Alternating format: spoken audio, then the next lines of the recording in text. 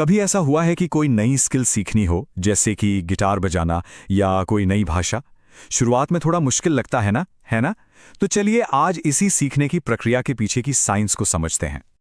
कभी सोचा है कि हम वो चीजें कैसे सीख पाते हैं जिन्हें हम अकेले नहीं कर सकते?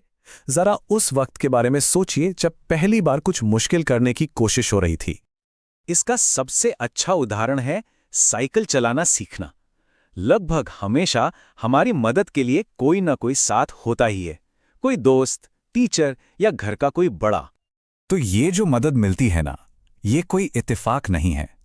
असल में ये सीखने के एक बहुत ही बुनियादी सिद्धांत का हिस्सा है। चलिए मिलते हैं उस इंसान से जिसने इस पूरी प्रक्रिया को समझाया, लेव वाइगोत्स्की। वाइगोत्स्की रूस के एक मनोवैज्ञानिक थे। उनका एक बड़ा सिंपल सा आइडिया था कि हम अकेले में कुछ नहीं सीखते। हमारा जो भी विकास होता है वो हमारे आसपास के लोगों और हमारे माहौल के साथ बातचीत से ही होता है। और इसी आइडिया को उन्होंने एक नाम दिया, सोशियो कल्चरल थियरी या सामाजिक सांस्कृतिक सिद्धांत। इसका सीधा सा मतलब ये है कि हमारा समाज और हमारी संस्कृति ही हमारे सीखने की नींव रखते हैं। तो वाइगोत्स्की के हिसाब से समाज, संस्कृति, भाषा और एक दूसरे का सहयोग, ये चार चीजें हमारे सीखने की बुनियाद हैं। ठीक वैसे ही जैसे किसी बिल्डिंग के लिए ईंटें होती हैं। अच्छा, तो ये सोशल लर्निंग होती कैसे है? इसके लिए वाइगोत्स्की ने एक बड़ा कमाल का टूल किट दिया है, जिसमें 3 बड़े जबरदस्त आइडियाज हैं। इस टूल किट में 3 बड़े कमाल के टूल्स हैं। पहला, मोर नॉलेजेबल अदर या MKO। दूसरा, जोन ऑफ प्रॉक्सिमल डेवलपमेंट या ZPD। और तीसरा, स्कैफोल्डिंग। चलिए एक एक करके इन्हें समझते हैं। तो सबसे पहले बात करते हैं MKO की। देखिए, MKO कोई भी हो सकता है, एक टीचर, माता पिता, कोई दोस्त, या आज की दुनिया में तो कोई YouTube ट्यूटोरियल भी, मतलब कोई भी जिससे उस काम के बारे में हमसे ज्यादा पता हो। चलिए वापस अपने साइकिल वाले एग्जाम्पल पर चलते हैं। यहां जो इंसान पीछे से साइकिल को पकड़कर सहारा दे रहा है, वही तो MKO है। वो हमें वो नॉलेज और सपोर्ट दे रहा है जो हमारे पास उस वक्त नहीं है। अच्छा, अब दूसरा टूल है स्कैफोल्डिंग। ये वो टेम्परेरी मदद है जो MKO हमें देता है। और सबसे मजेदार बात यह है कि ये मदद सीखने वाले के परफॉर्मेंस के हिसाब से एडजस्ट होती रहती है।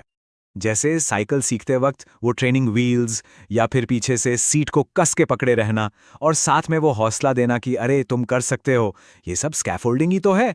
और जैसे जैसे हम बेहतर होते जाते हैं, ये सहारा धीरे धीरे हटा लिया जाता है। और हमारा तीसरा और सबसे दिलचस्प टूल है ZPD।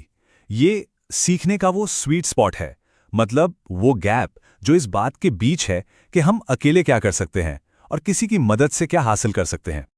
ये डायग्राम ZPD के आइडिया को बहुत ही बढ़िया तरीके से समझाता है। सोचिए, जो अंदर वाला गोला है वो है जो हम अकेले कर सकते हैं, और बाहर वाला गोला वो है जो हम मदद से कर सकते हैं। इन दोनों के बीच का जो गैप है ना, वही है ZPD, वही जादुई जोन जहां असली लर्निंग होती है। तो चलिए अब इन तीनों आइडियाज को, MKO, स्कैफोल्डिंग और ZPD को एक साथ मिलाकर देखते हैं कि साइकिल सीखने की कहानी पूरी कैसे होती है। देखिए, स्क्रीन पर एक तरफ साइकिल चलाना सीखते हुए बच्चा है और दूसरी तरफ ZPD का डायग्राम। ये दोनों तस्वीरें मिलकर पूरी कहानी बयां कर रही हैं कि कैसे थ्योरी असल जिंदगी में काम करती है। तो देखिए हो क्या रहा है, MKO यानी कि माता पिता वो स्कैफोल्डिंग का इस्तेमाल कर रहे हैं, मतलब सहारा दे रहे हैं, ताकि बच्चा अपने ZPD को पार कर सके और फाइनली अकेले साइकिल चलाना सीख जाए।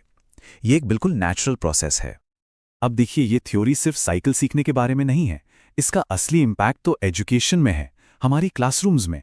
ये उस पुराने तरीके से बिल्कुल अलग है जहां अकेले रट्टा मारने पर जोर दिया जाता था। वाइगोत्स्की का आइडिया कोलैबोरेटिव लर्निंग को बढ़ावा देता है। मतलब जब स्टूडेंट्स ग्रुप्स में काम करते हैं, एक दूसरे की मदद करते हैं, तो अकेले से कहीं ज्यादा और बेहतर सीखते हैं। इसका एक बहुत ही प्रैक्टिकल एग्जाम्पल है रेसिप्रोकल टीचिंग नाम की एक टेक्निक। इसमें स्टूडेंट्स बारी बारी से टीचर बनते हैं और ये 4 काम करते हैं: सवाल पूछते हैं, प्रिडिक्ट करते हैं, चीजों को क्लैरिफाई करते हैं और फिर सब कुछ समराइज करते हैं। और देखिए यहां आकर सारी चीजें कैसे जुड़ जाती हैं।